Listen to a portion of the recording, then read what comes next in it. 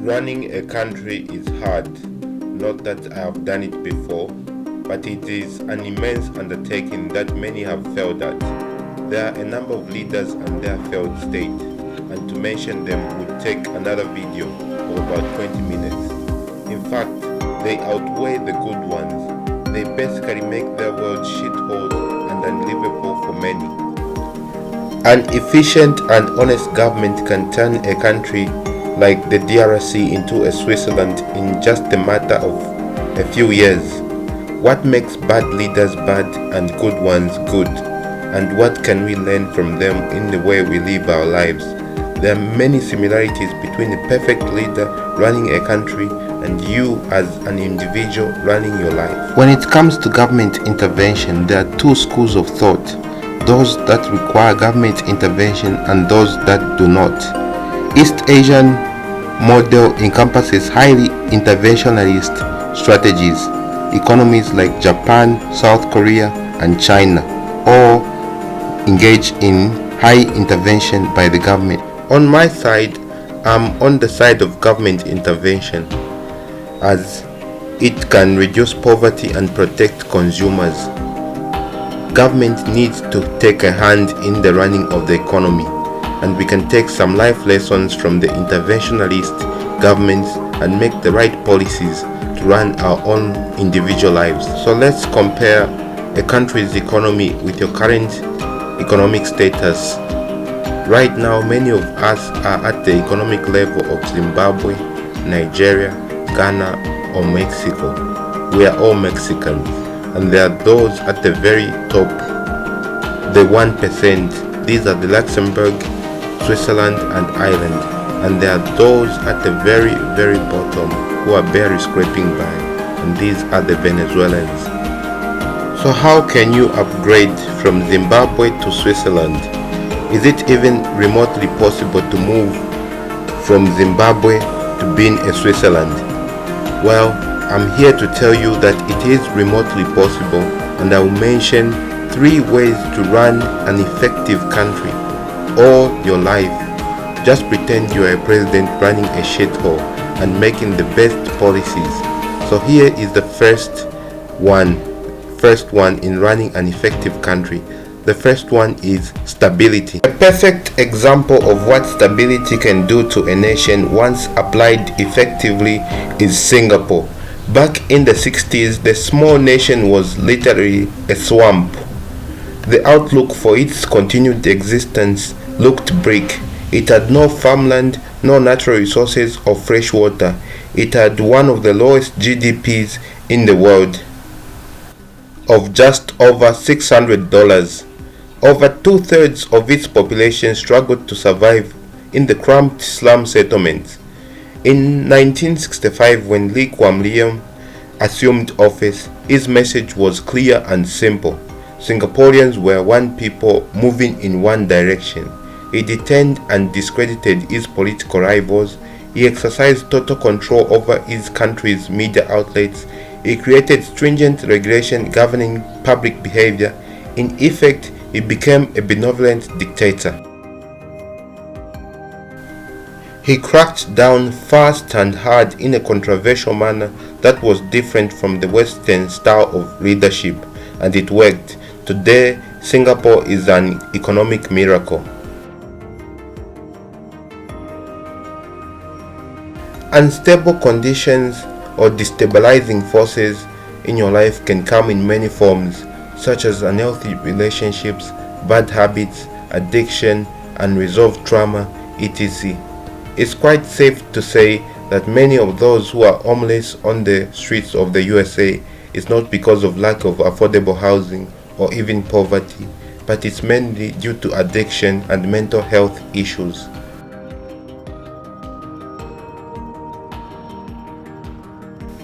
Research shows that around 1/3 of people who are homeless have problems with either alcohol or drugs, and around 2/3 of these people have a lifetime history of drugs or history use disorders. An awful wife can also make you an alcoholic or drive you into an early grave or insane. The second point when it comes to running an effective economy is spending. An increase in government spending financed by borrowing leads to a rise in interest rates. High interest rates lowers private investment and thereby lowering output growth. Government spending is what led to the collapse of the oil-rich nation of Venezuela. In the early 2010s, economic actions taken by the then-President Hugo Chavez government, such as overspending and price controls, became unsustainable, leading to the collapse of the great nation. Historical experience suggests that rulers, whether kings, dictators, or elected politicians, have a visceral urge to spend money they didn't have. They can't control themselves. Spending problems began to be evident in the early years of the Roman Empire, and they became huge in the 3rd century CE, perhaps as early as the 3rd century BCE. Rome began minting a gold coin that came to be known as the aureus. Originally, the face value of the coin equaled the market value of gold in it. Then rulers started spending money that they didn't have on grain subsidies, public entertainment, gigantic bureaucracy, and military establishment. These rulers relentlessly raised taxes and debased money, crippling the economy. Reckless readers overspending is not different from us individuals. A jaw-dropping survey on credit card debt in the US reveals that 3 in 5 Americans are in debt, about 61% of the population. The total debt sums up to about $1 trillion. Reduce on spending and only spend on the things that matter. The third point is lack of infrastructure. Economies need reliable infrastructure to connect supply chains and efficiently move goods and services across borders. Infrastructure connects households across metropolitan areas to higher quality opportunities for employment, healthcare, and education. Clean energy and public transit can reduce greenhouse gases. A perfect example that has played the infrastructure card very well is the UAE, or the United Arab Emirates, in particular Dubai. In an effort to diversify its economy and move away from the overdependence on oil, the leadership has gone into a building frenzy, and this has attracted foreign direct investment, and the city of Dubai receives 14 million visitors from all across the world each year, all of whom will bring money into the economy. When it comes to infrastructure on a personal level, it can mean a lot of things, such as what you wear, how you wear it, your weight, hygiene, and overall physical appearance. In order to attract the right opportunities and people in life, you might disagree with me, but we need people to succeed. That is how we advance as human beings, through the interdependence of each other. You scratch my balls and I'll scratch yours. That's how it goes. According to Malcolm Gladwell, author of Tipping Point, he points to a sociologist named Mark Granovetter, whose classic 1974 study on getting a job surveyed 282 Boston workers and found that 56% of those workers got jobs through personal connections. In most cases, your appearance determines the quality of people you attract, whether that be for romantic relationships or economic opportunities. People will judge you according to how you look. Ever heard of the term halo effect? This is a cognitive bias that distorts our overall impression of a person and can therefore influence how we treat them in the future. Generally, people, including children, are more trustworthy of good-looking people. Poor hygiene is not only a sign of laziness, but in most cases can be a sign of mental health conditions like depression or post-traumatic stress disorder. People are more likely to invest in a place like Dubai or Switzerland because it has better infrastructure than the Congo DRC. The fourth step in achieving an effective economy in a country is specialization. Countries like China are well known for their manufacturing prowess, Germany for its cars, and Switzerland for its banking. Rome was able to dominate three continents, Africa, Asia, and Europe, because of their specialized military force, which was formidable at that time.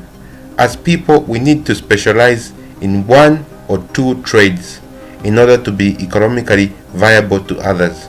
Funny fact I have to mention is that I tried to learn 4 programming languages at a go back in the days. I tried to learn them all in 1 month and I failed miserably.